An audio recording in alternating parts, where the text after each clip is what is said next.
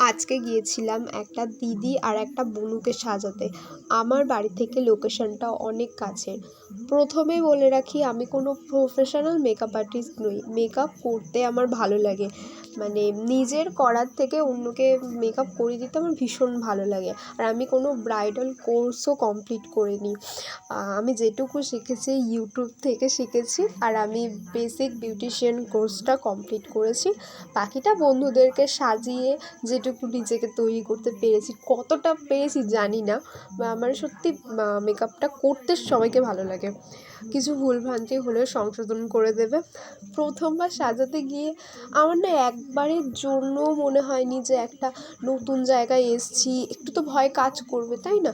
তবে ওরা এত কোঅপারেট করেছে না, সত্যি বিশ্বাস করো আমার ভীষণ ভালো লেগেছে। আর এই যে আমার বন্ধুটাকে দেখছো, আমি যেখানে যাই ওকে নিয়ে যাই। আমার মানে ও কি বলবো, আমার জীবনের সঙ্গী, মানে ওখানে যেখানে যাব ওকে আমার নিয়ে যেতে হবে।